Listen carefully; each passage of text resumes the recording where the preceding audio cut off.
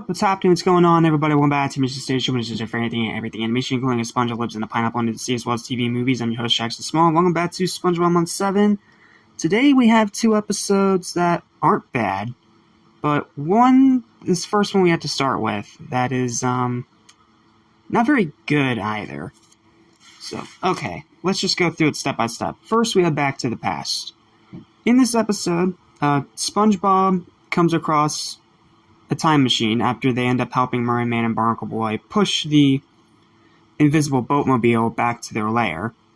And Patrick, being written extremely dumb in this episode, as you're going to find out, ends up bashing on the machine, which takes them back to the past and to the battle where they first fought Man Ray.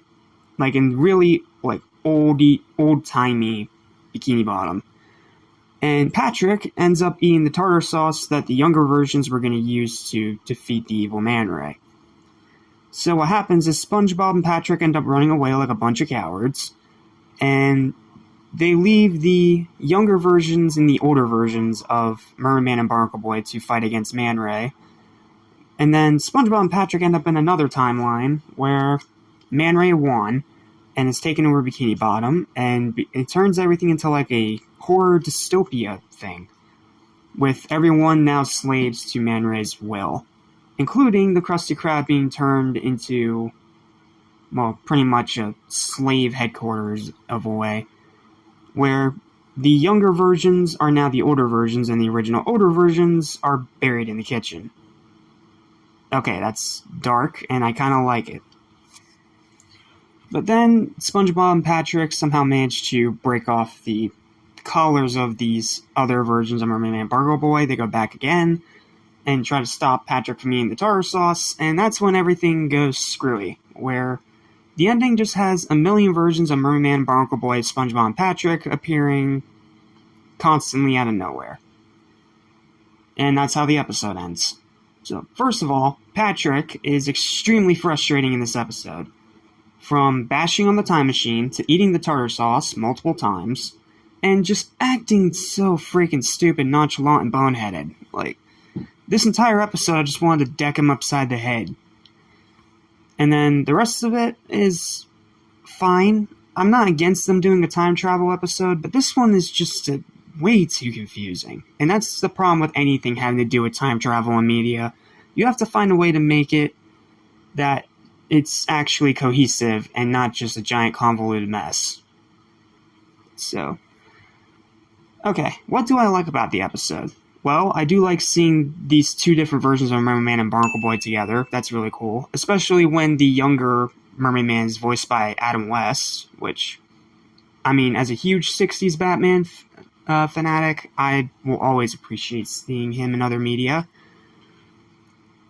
And the whole dystopian future is pretty cool. I do like that. It's my second highlight. I do really like how they shift everything in Bikini Bottom to be lifeless, industrial, and diplomatic. It's actually pretty interesting. And again, I do really like that dark detail of the older ones actually having died while they were being slaves to Man Ray along with the younger versions, as the younger versions became old. And the old versions that died are buried right in the kitchen. That is some of that dark stuff that I do like to see. But the rest of it, it's too confusing, it's too convoluted, and Patrick is beyond annoying. So, because of that, final verdict for it is going to be a 4 out of 10. It's a shame, but this is just another one of those episodes that needed more time. It was beyond rushed, and beyond obviously rushed. And again, Patrick just ruins a grand majority of it with his stupidity. Thankfully, though, the next episode we gotta talk about is a lot better, so let's move on to the Bad Guy Club for Villains. Speaking of 60s Batman, this is one that lovingly parodies it. This is the episode within an episode where we actually get to finally see a full episode of Mermaid Man and Barnacle Boy, and what made SpongeBob and Patrick enjoy it so much, which I think is really cool. I do think that is a very interesting concept for an episode, and this episode within the episode is actually really enjoyable. Sure, it's cheesy, it's corny, it is 60s Batman is all hell, but it's in a way where it feels like a tribute rather than a mockery. And they do all the stuff that you want them to do with this kind of thing. Like, you have it in, like, this really old-timey saturated colors. You have the younger version of Mermaid Man and Barnacle Boy again. You get to see some pretty cool versions of the other heroes in the JLA. Not JLA, whatever the heck it was called. Editing, correct me. Thank you. Sorry, I couldn't remember the name. And that big final battle at the end is goofy and fun in all the best ways. And it even throws in a nice little moral. So, what do I really enjoy about the episode? Well, again, I love how it captures that old, cheesy, like, 70s, 80s live-action superhero show tone and feel. I will admit it is a bit weird that in this one, the younger Mermaid Man is voiced by Ernest Borgnine instead of being voiced by Adam West like he was in the last episode. But I guess they could only get him for one episode because, correct me if I'm wrong, I believe this is the time where Adam West passed away. So, I mean, just getting him in one episode is nice, even though I do prefer him as Catman in Fairly Odd Parents. Just saying, that remains one of his funniest roles ever. May he rest in peace. But it's not bad by any means, it's just kind of weird in a way. And I do like the fight at the end. That's my first highlight. The fight at the end is goofy in all the best ways, and it's also kind of hilarious in all the best ways. Like, it's cool to see the actual versions of Miss Appear and Captain Magma after having referenced them way back in Season 3. And the fight itself is goofy in all the best ways. And then my second highlight is actually how it ends, which is where it actually throws in a moral out of nowhere, where it turns out that the bad guys were gathering for a book club. And it ends with Mermaid Man telling the audience that no one can imprison you for reading.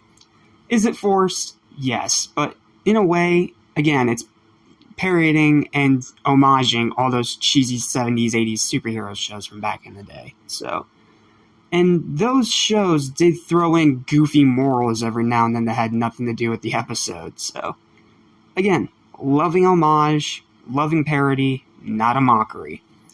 And then my third highlight, and this is one of those blinking you'll miss it details, there's an Easter egg at the very end where the end credits of the episode within the episode are the actual end credits from the SpongeBob series itself. Like, you see that text, you see the scroll, you see that, you know what I mean. It's a cute little Easter egg of SpongeBob and Patrick actually watching the end credits to their own show. That's a cute little Easter egg, and I do really, really like it. So, yeah, this episode's a lot of fun. I think its enjoyment is going to hinge on how much you enjoy those goofy old superhero shows from back in the day, and if you do, you're going to find this episode a lot of fun, and if you don't, you may be a bit more mixed on it. Me, I actually had a really good time with it, and it is definitely one of the better episodes of Season 7, but it's not like one of the best episodes of Season 7, if you get my drift. It's a fun, enjoyable, goofy time, but I can name episodes that are better. I mean, after all, there is Curse of Bikini Bottom, Squidward, and Clarinet Land, so yeah. But as it is, especially after the disappointment of Back to the Past, this is a lot of fun. And because of that, I'm going to give it a slight bump and give it a final verdict of an 8 out of 10. This is a great episode, but I just don't think it's one of the best of the entire season. It's great, it's fun, it's goofy, but I don't know. I feel like there are a bunch of better episodes, even in this season. That's just me. But what I can say, though, is that it's still a great episode, and if you enjoy those 70s, 80s live-action, corny superhero shows from back in the day, you'll really enjoy this one.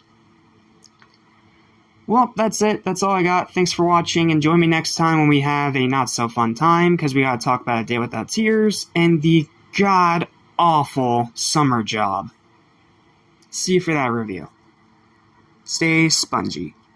Lesson I was soon forget, so listen and you won't regret. Be true to yourself, don't miss your chance, and you won't end up like the fool who